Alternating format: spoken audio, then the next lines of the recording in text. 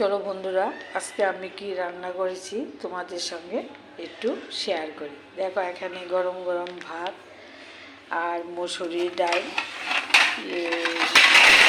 Tomato দিয়ে করেছি, যে মসুরির ডাল টমেটো দিয়ে করেছি, আর সাজনা চচ্চড়ি, কপি পাতা বাটা, মাছের ঝোল আর টক দই, সঙ্গে আছে লেবু। বন্ধুরা চলবে তো?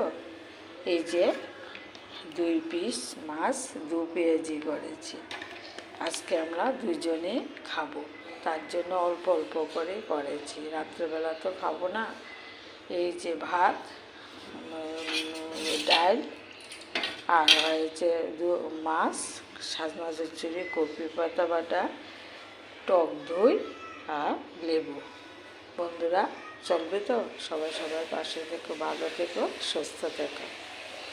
আজকে আমার দুপুরের মেনুগুলো তোমাদের সঙ্গে শেয়ার করেছি।